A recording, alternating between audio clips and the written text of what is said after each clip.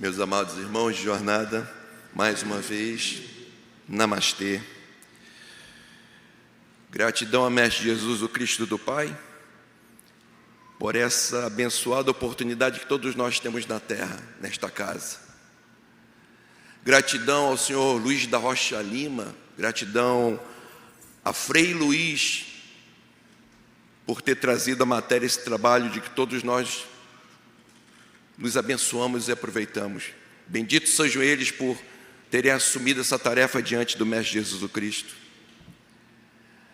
Gratidão ao nosso querido irmão Nelson, que em meio às suas dores idealizou esse trabalho, pensando nas dores daqueles outros que também passavam pelo que ele passava.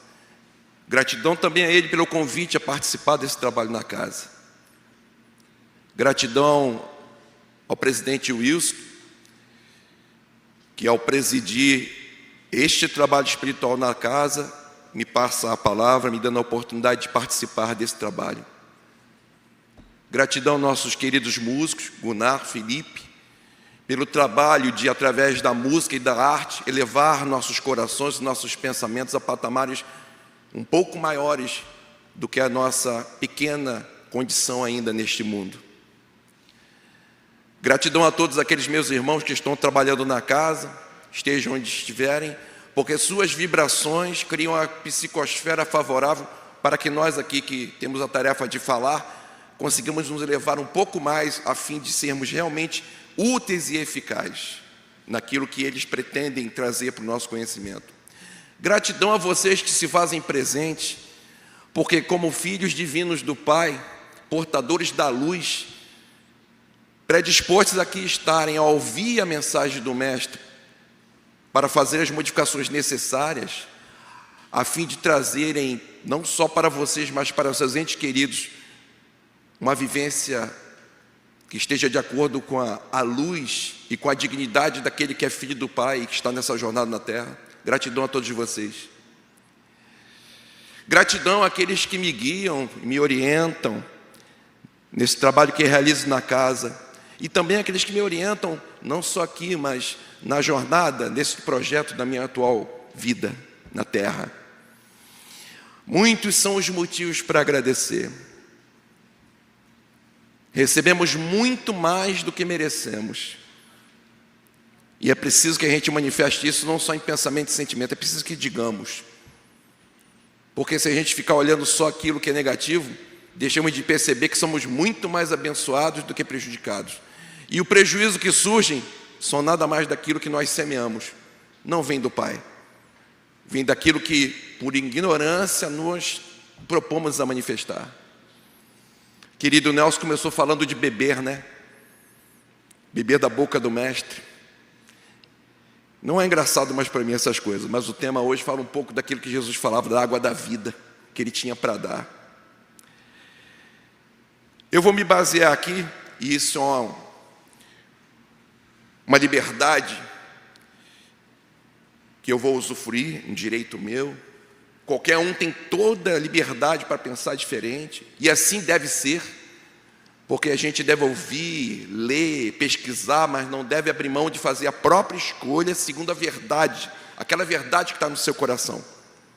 Então você ouve muita gente, lê muita gente, mas é no teu coração que você vai buscar o que é verdade daquilo que você ouviu, diante do contexto da sua vida e da sua própria experiência, para que você bote em prática. O que eu vou trazer aqui, pela primeira vez eu resolvi fazer uma colazinha. Está baseada numa série que está passando recentemente na Netflix. Eu não vejo série nenhuma, para falar a verdade, nenhuma. Mesmo porque as produções hoje estão muito contaminadas com aquilo que nos deixa alienado, naquilo que é negativo, naquilo que é de baixíssima qualidade. E eu, então, não me prendo a séries. Mas essa mexeu comigo e ela me tocou. E para mim é plausível. Quem quiser assistir, ela se chama assim, ela está em inglês assim, The Chosen, ou O Escolhido. Se escreve assim, T-H-E-C-H-O S-E-N, o escolhido. E ela nos retrata a história de Jesus, da passagem dele, as passagens principais de Jesus entre nós. E para mim é muito plausível como eles apresentam Jesus. Eles apresentam Jesus muito humano, sem deixar de ser o divino que ele é. Mas ele é humano, ele lida com as pessoas, assim como o Chico lidava com as pessoas. Chico era muito humano, apesar das manifestações tremendamente elevadas dos seus dons espirituais. Mas ele era humano, muito humano, brincalhão, simples. E eles representam Jesus dessa forma. Muito pé no chão, muito amigo, ligado ao povo, sem abrir mão da firmeza e das verdades que ele vinha nos ensinar.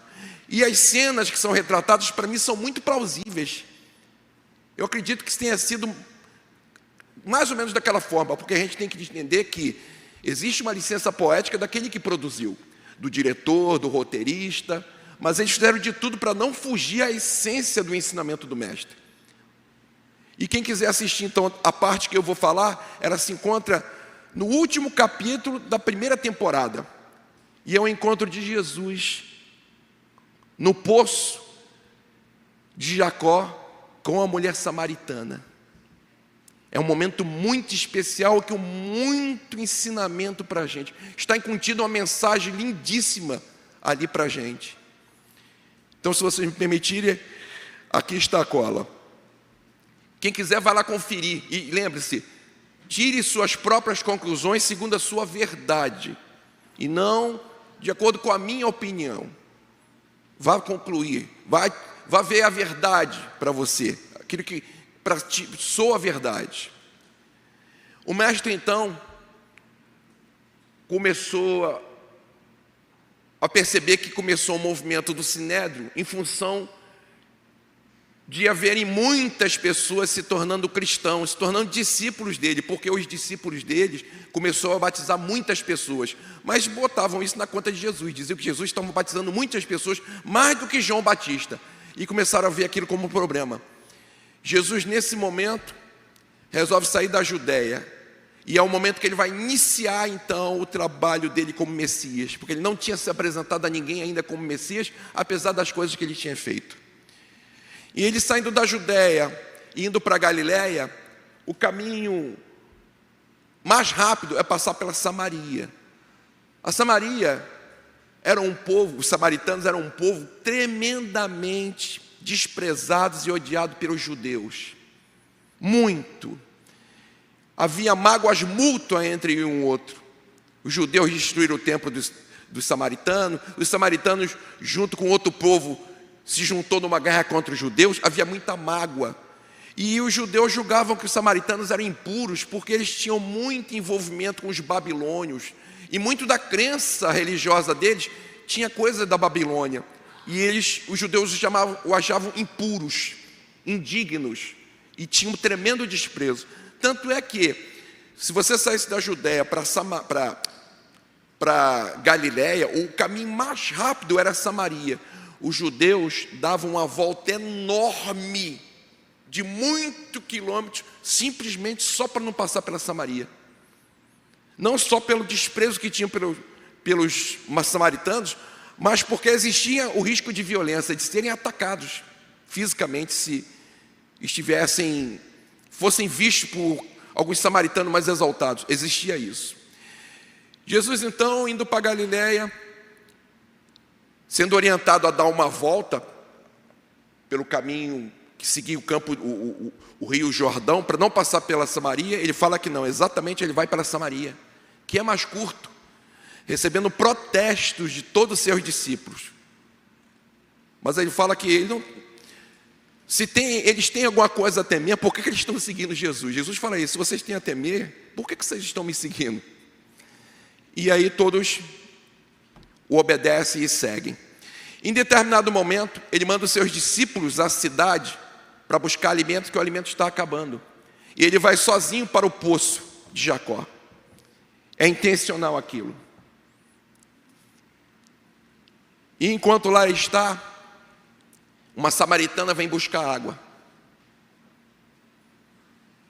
E ela vem no horário onde normalmente as mulheres samaritanas não vêm buscar água, porque é a parte do dia mais quente. Além de ela, mulher, vir sozinha, é perigoso. Porque as mulheres normalmente vêm em grupo e vêm de manhã quando é cedo, para evitar o calor. Mas ela vem naquele horário. Eu tenho aqui uma parte do diálogo, para ficar melhor, para mim não perder detalhes, que eu vou seguir para falar para vocês.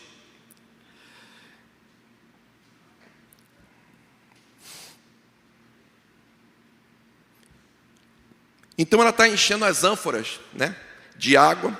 Ela não olha para Jesus, ela vê que ele é um judeu. E ela sabe do desprezo, né, que os judeus sentem por eles. E ela então está começando a pegar água.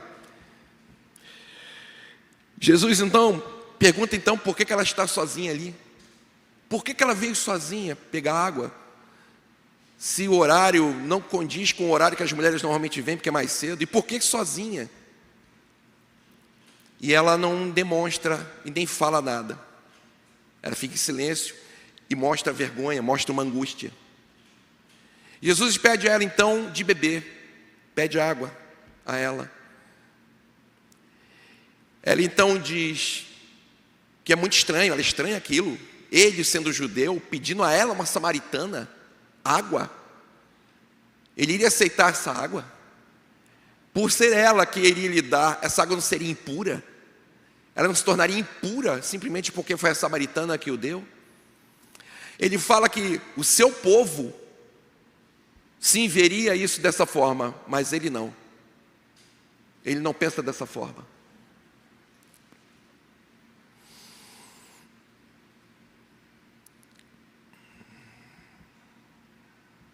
A samaritana lhe diz que não é seguro para ele estar ali sozinho e que assim procede por ser desprezada pelas outras, que se envergonham dela.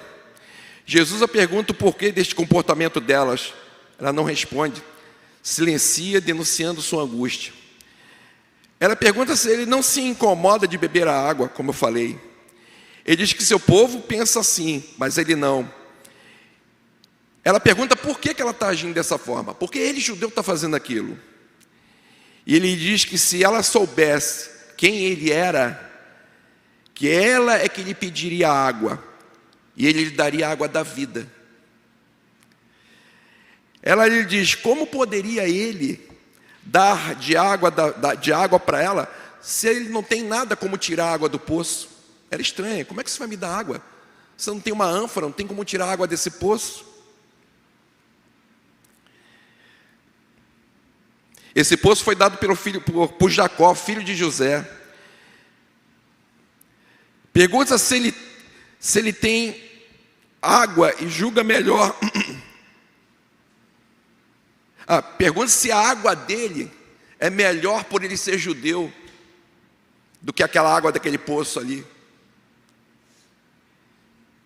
Jesus diz, quem beber da água daquele poço terá sede outra vez, mas quem beber da água que eu lhe der, nunca mais terá sede, pois a água que eu lhe der se tornará dentro dele uma fonte eterna a jorrar. Então, ironicamente, o que acredito pela antipatia que ela devia ter de judeu, foi ironicamente, ela não sabia quem era ele ainda, ela lhe pergunta,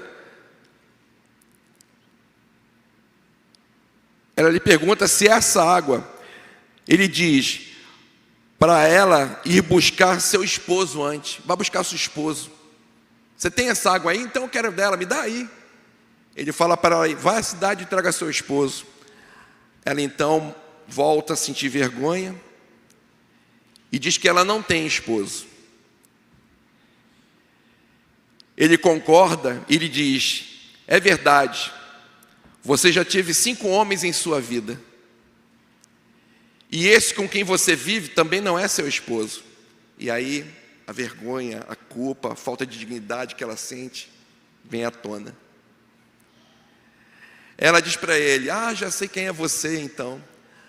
Você é um profeta, né? Você veio aqui me dar um sermão. Você veio aqui lembrar da minha condição indigna. É para isso que você veio aqui?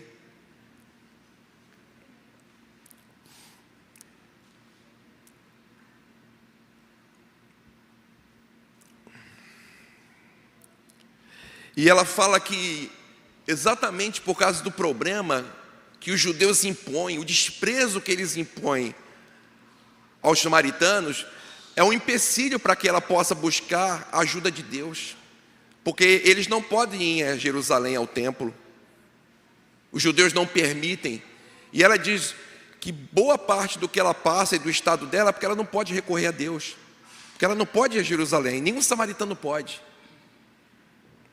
Jesus lhe diz: Deus é Espírito,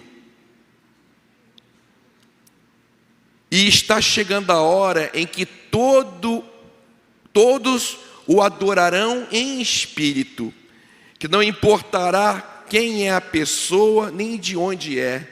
Mesmo os mais infelizes, culpados, poderão orar ao Pai em busca de redenção, onde quer que estejam, porque essa relação será em espírito e verdade, em seus próprios corações, e não dependerá de um lugar, de templos ou autorização de quem quer que seja. Ele diz que ele veio exatamente para romper com esse costume. Ele veio romper com essas barreiras de que as pessoas precisavam de um lugar específico ou então da autorização de alguma autoridade religiosa para poder falar com Deus. Ele veio e disse que veio para romper com isso. Ela duvida, diz que nunca recebereu nada de Deus, que só quando o Messias viesse explicar tudo é que sua vida poderia começar a se acertar. Jesus diz a ela que estava errada em dizer que nunca recebeu nada de Deus, e ela põe-se a retirar-se. Jesus lhe disse: esse Messias de quem você fala, eu sou ele. Ela se abala e apressa-se a ir embora mais rápido. Jesus começa a falar da vida dela com esses homens e diz: o primeiro se chamava Ramim.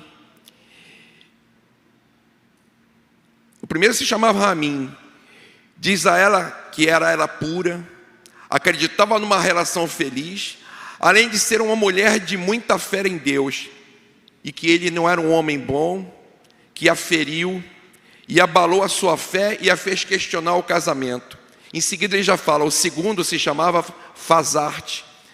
Na noite de núpcias, a pele dele cheirava a laranja, e até hoje, toda vez que você passa por elas no mercado, se sente culpada por deixá-lo, porque ele foi o único homem verdadeiro e devoto com quem ela esteve, mas ela se sentia indigna.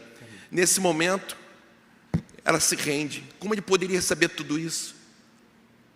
Como ele poderia saber esses detalhes, principalmente da questão do cheiro da laranja, que é uma coisa pessoal? Com certeza ela não contou para ninguém, mas ele fez aquilo para revelar quem ele era, para lhe mostrar que não era um simples profeta, porque profeta era o que se chamava médium naquela época, era quem tinha mediunidade, algum tipo de mediunidade.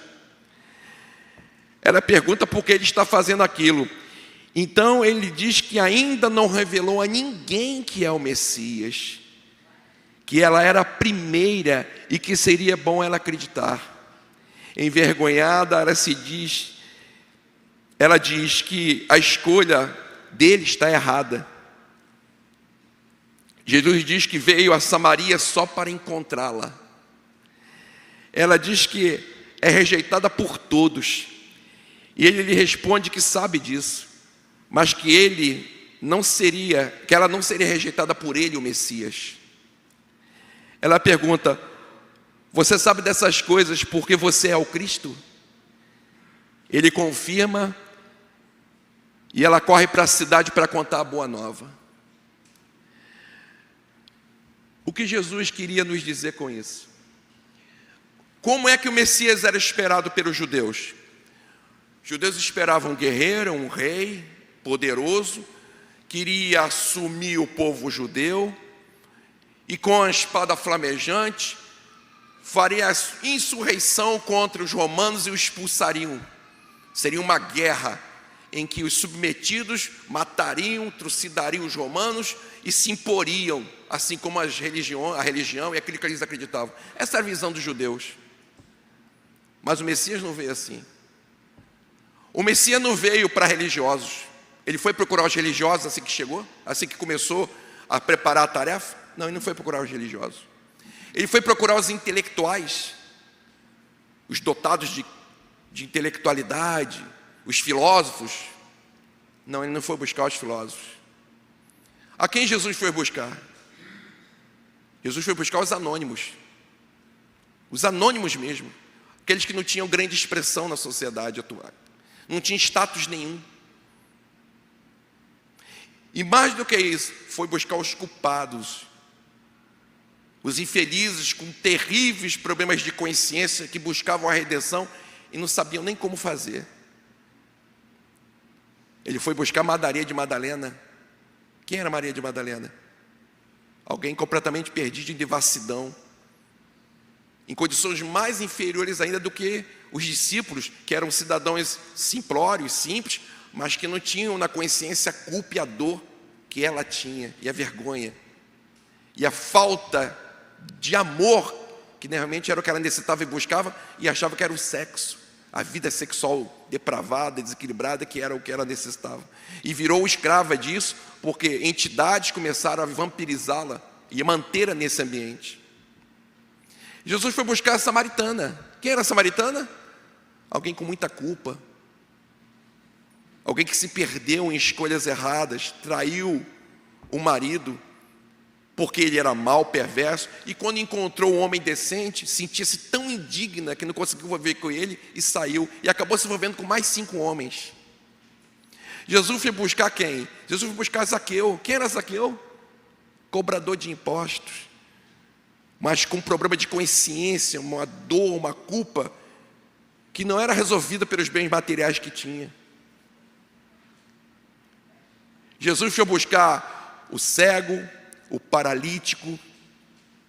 Só um da classe dos religiosos, mas que tinham sensibilidade, só um foi ter com ele, porque acreditou que ele era o Messias. Foi Nicodemos. Nicodemos o questiona.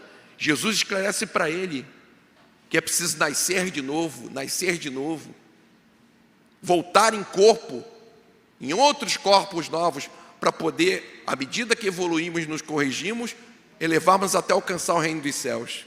Ele compreende e fica encantado. Jesus o convida a ser discípulo. Mas ele não podia abrir mão do status dele.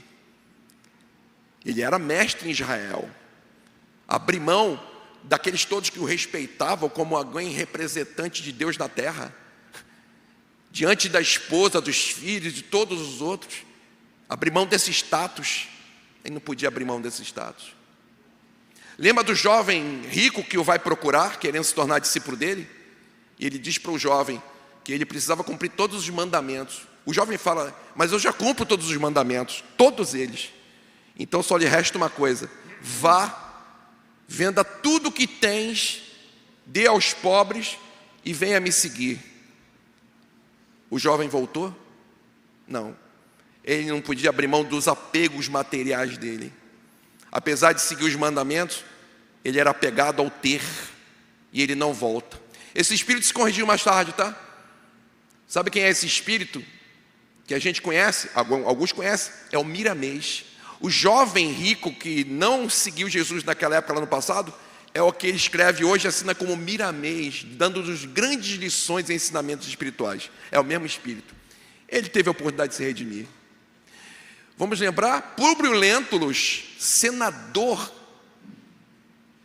vivendo na Judéia, vai ter com Jesus, surpreendido pela forma com que ele tem movimentado a população, pelas coisas que ele diz, vai ter com Jesus. Jesus fala diretamente para ele, convidando ele a uma mudança, querendo dar água da vida para ele. Mas ele, orgulhoso, um romano, orgulhoso, um senador romano, seguir esse filho de um carpinteiro, que não é ninguém, não é um sacerdote, e pior, ainda é judeu, segui-lo, abrir mão do status. Além do mais, o que aconteceria com ele? Ele seria morto, né? Fatalmente, se tornando cristão, acabaria morto, teria que abrir mão então dessa vida, desse corpo dele. E ele nega a segui-lo, perde uma grande oportunidade. Todos sabemos que ele é quem? Emmanuel. E Emmanuel diz que foi um grande arrependimento dele não ter aceitado a mão do Cristo naquela época. Porque se ele estava com medo de morrer, porque a pior coisa que podia acontecer com ele era morrer, né? Ser morto violentamente. Como é que Públio Lentulus morre? Alguém sabe? Ele não aceitou a mão estendida de Jesus para seguir Jesus. Ele podia ser crucificado? Podia. Morte terrível? Sim. Mas como morreu Públio Lentulus, mesmo não tendo aceitado a mão de Jesus Cristo? Públio Lentulus morreu em Pompeia, quando o Vesúvio entrou em erupção. Será que a morte dele foi sem sofrimento? Só que ele morreu em sofrimento, do mesmo jeito que ele era. Ele não tinha alcançado melhoria nenhuma. Enquanto, se ele seguisse o Cristo, mesmo que ele fosse aprisionado, apanhasse e fosse crucificado, ele teria ganhado vida maior. Ele não seria o mesmo. Ele teria se adiantado bastante na jornada, tendo aceitado a verdade e o amor que o Mestre veio trazer. Muitos ainda continuam aguardando o retorno do Messias, do Mestre, né? Eu tenho uma opinião sobre isso, particular. Mais uma vez, eu vou dar minha opinião e cada um julgue, segundo a sua verdade, se faz sentido ou não. Ele falou que não voltaria, tanto é que ele diz a João: muito tenho que vos dizer que não suportais agora, mas eu orarei a meu Pai para que envie outro Consolador, que tudo esclarecerá, o Espírito de verdade que tudo esclarecerá. Então ele deixou claro que ele não retornaria como ele veio, num único ser, num humano, seja homem ou mulher. Ele falou que não retornaria, mas que enviaria o Espírito da verdade. No livro de Kardec, um dos assinantes de grandes mensagens e orientações se apresenta como o Espírito de verdade. Mas ele vai retornar de uma forma diferente. Vai retornar em algum religioso que vai guiar a humanidade? Não. Ele vai retornar em um grande político com grandes poderes nesta terra? Não. Ele vai retornar em um grande intelectual, um filósofo de grande conhecimento, com uma oratória linda, talvez um trabalhador da casa espírita que fale bonito, muito, inclusive seu evangelho? Não.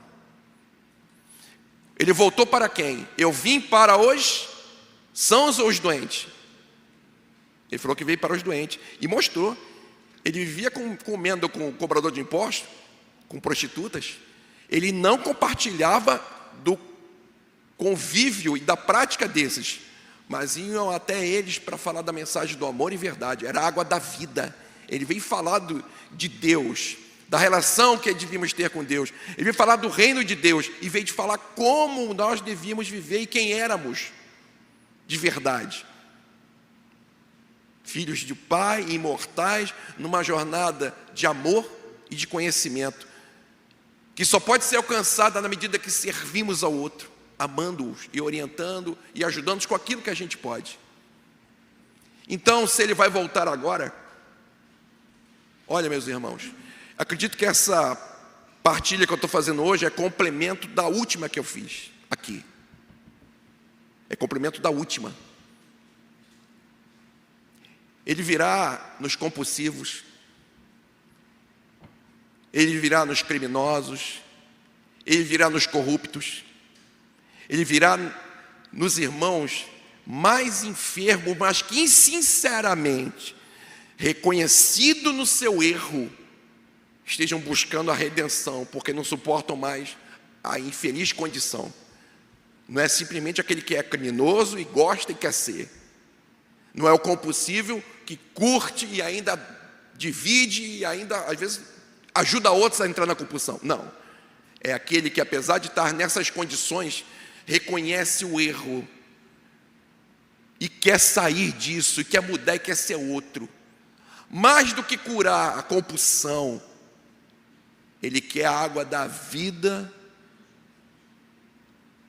que vai fazer com que ele tenha dentro dele uma fonte eterna que jorre abundantemente e que fará com que ele nunca mais terá sede. E essa água da vida é exatamente o conhecimento, o ensinamento vivido Porque essa água começa a jorrar quando você se transforma, quando você vive o que ele ensinou. Como eu falei da última vez, mais do que vir numa casa espírita buscar a cura do corpo, a cura da compulsão, a cura do sentimento, a cura do pensamento, cure o espírito, que todos os demais fica curado. E você terá alcançado a água da vida, a fonte da água da vida em você, que vai jorrar abundantemente para você e para aqueles à sua volta. Onde 2 ou 3 estiverem reunidos em meu nome, lá eu estarei entre eles. Ele falou que tipo de pessoa era? Esses que se reuniam? Os últimos serão os primeiros. Podemos dizer que esses irmãos em estados de culpa e de erro tão grande estariam, digamos assim, em último lugar pelas escolhas que fizeram em relação à jornada espiritual. Mas esse último, em função da dor e do arrependimento, se sinceramente estiverem em busca de mais do que curar o seu problema, mas curar o espírito, através do ensinamento e da água da vida que ele disse que veio trazer, vai se tornar a presença do Mestre no mundo. Quer dizer, Odilon, que eu sou compulsivo, e se eu mais do que buscar curar a compulsão, eu buscar me tornar esse que vive a mensagem do Mestre, eu vou ser um guia da humanidade? Não. Mas você vai guiar aqueles à sua volta, aqueles na sua casa, aqueles que cruzam com você no caminho, e você não terá uma pretensão de ser o guia de ninguém. A pretensão sua será de aprimorar a capacidade de amar e conhecer à medida que serve aqueles à sua volta. E como serão muitos, o Cristo estará em toda parte, não numa pessoa, mas em todos aqueles que estiverem vivendo o ensinamento dele, em benefício seu e do outro. Então, como eu disse da outra vez, a casa espírita é um portal, mais do que vir se curar simplesmente as coisas do corpo do humano, cure o espírito, porque a água da vida é uma das coisas principais dadas na casa espírita, que é a verdade, o conhecimento e o ensinamento, e como você deve adorar e encontrar Deus onde quer que você esteja, como Jesus disse que deveria ser, e não nesse templo, naquele lugar, e com a autorização de quem quer que seja, que se julgue a utilidade para isso. Porque o reino de Deus, como ele disse, está em vós. Traga o reino para fora. Seja você manifestação do Cristo, junto a tantos outros, até que todos nós sejamos manifestação do Cristo. Obrigado pela atenção, meus amados irmãos. Namastê.